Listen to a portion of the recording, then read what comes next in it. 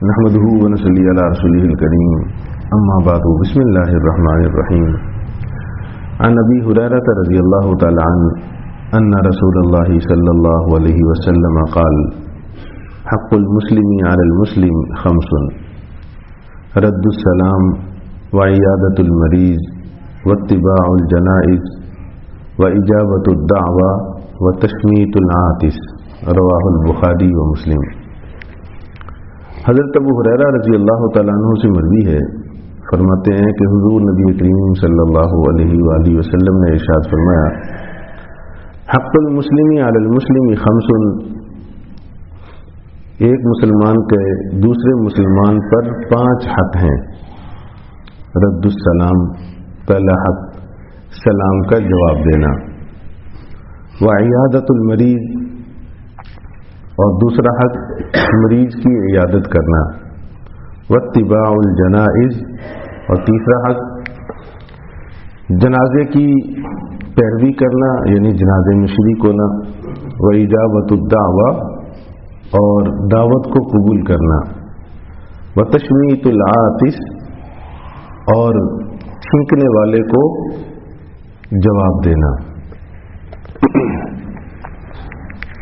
یہ بڑے مشہور 5 حق ہیں جو جناب نبی کریم صلی اللہ علیہ وآلہ وسلم نے ہر مسلمان پر دوسرے مسلمان کے بیان فرمائے کہ کم از کم یہ حق ہر مسلمان پر ہے دوسرے مسلمان کے۔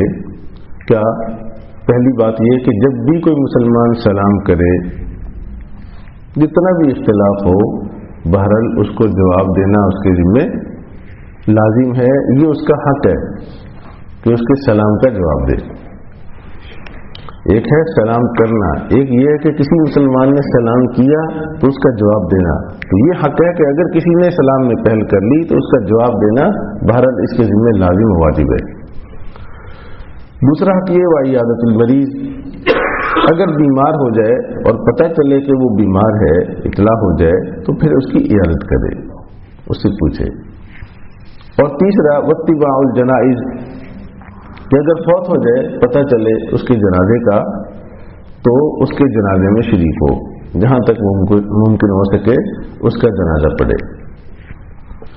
اور چوتھا حق واجابۃ الدعوہ، اگر کبھی کوئی وہ دعوت دے کھانے وغیرہ کی تو اس کو قبول کرے۔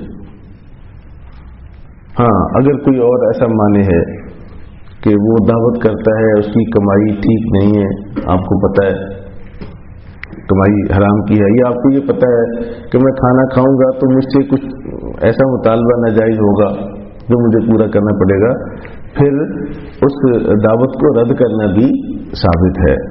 اللہ کے نبی صلی اللہ علیہ وآلہ وسلم نے بعض مرتبہ دعوت رد بھی فرمائی بعض صحابہ کی۔